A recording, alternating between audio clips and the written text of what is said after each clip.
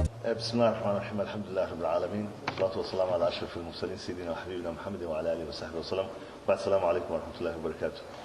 waxa farxad weyn oo caawa inaanu halkan ku qabanno shirkiyad oo kooban annaga oo ah guddi laba geesooda oo ka koobnay saddex xubnood oo xukuumadda Jamhuuriyadda Soomaaliland iyo saddex xubnood oo ururkii xaqsoor ee haray ah. sharaf weyn bay noo tahay tii muddo dheer runtii aanu soo wadnay hawl culus oo dhanka xukuumadda iyo dhanka ururkii xaqsoorna loo xilsaaray inaanu caawa soo gabagabino meel wanaagsan soo gaarsiino si safgarad iyo walaaltinimo iyo iscadool xaadasho iyo soo golaansho iyo isfahama inay hawshaas oo muddo soo wadnay noogu dhamaato.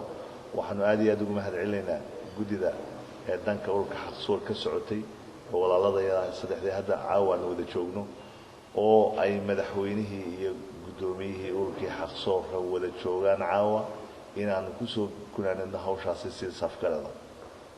farxad weyn oo ah tiwanu si mabda'iya ugu heshiinay in si safgarad iyo walaaltinimo hawshaas ay ku dhamaato annaga oo wixii tafaasiilana dib ka sheegi doona. aad iyo aad baad mahadsantihiin. bismillaahir rahmaanir rahiim. media aad iyo aad baan ugu mahadcelinayaa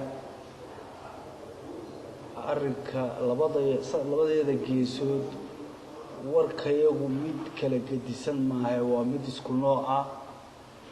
halkan caawa waxaanu isugu keennay madaxweynihii jamhuuriyadda iyo guddoomiyihii xaqsoor. waxaa lagama maarmaan noqotay markaa inaanu wixii lagu heshiiyey iyo inaanu heshiinay inaanu saxaafadda